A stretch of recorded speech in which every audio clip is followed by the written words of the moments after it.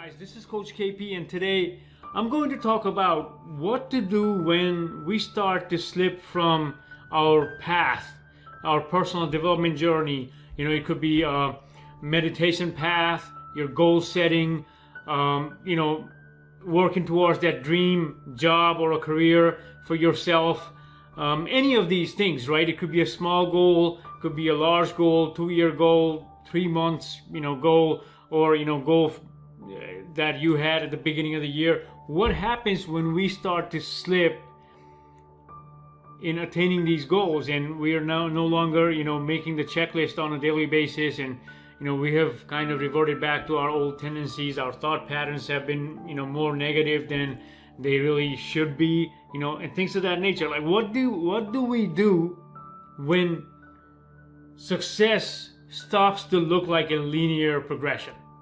Okay, some of us may even think success is an exponential process. And that's fine, but what happens is, along our journey, there will be roadblocks. Even if the success at that point or past successes look like a linear or even an exponential progression, we often forget that there were peaks and valleys in that journey when we look back, because it's easy to lose perspective of that.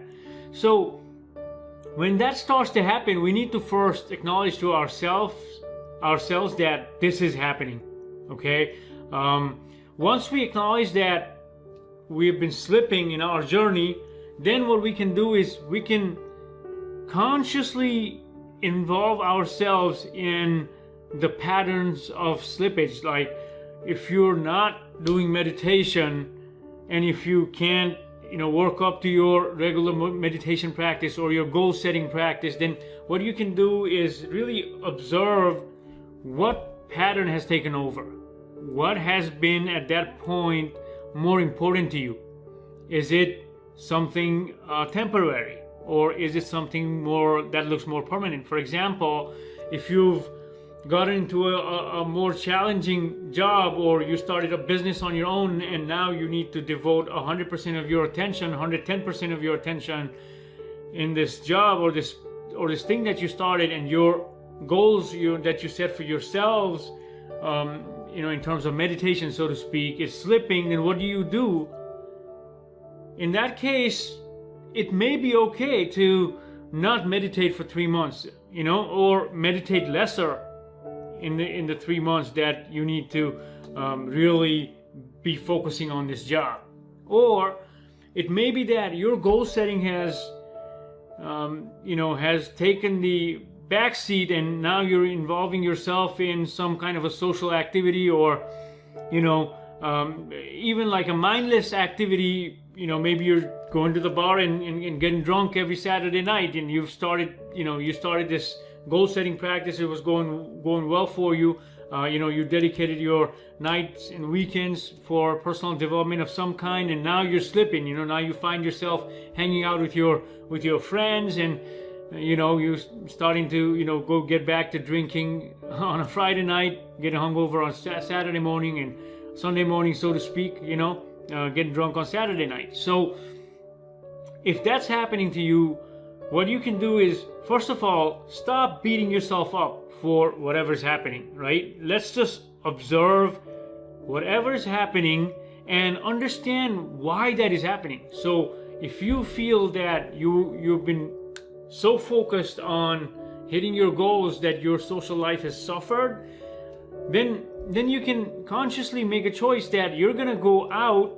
Once you start seeing your pattern, you can tell yourself that you're going to go out, but you're going to allocate 2 hours, 3 hours, 5 hours for this activity.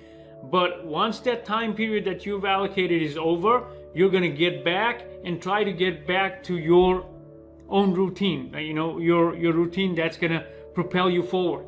So if you're slipping, that's okay. Don't beat yourself up for it, because that's a lot of negative self-talk starts to happen when we start to beat ourselves up. Even from a goal setting perspective, it's much better to observe whatever's replacing our personal development goals or habits, and work towards making that less of a priority, whatever has replaced our personal development activity. In that way, what we can do is we can then minimize this distraction, be really aware of when the distraction is happening, and keep moving forward. That's all we can do. Is we cannot, there's no way, unfortunately, to go back and rewind time. So there is no point in beating ourselves up for it and thinking ourselves not capable of attaining this goal. Okay, that's where persistence comes through. Like that's when resilience has to be exercised. Okay, maybe I'll make another video on resilience and persistence.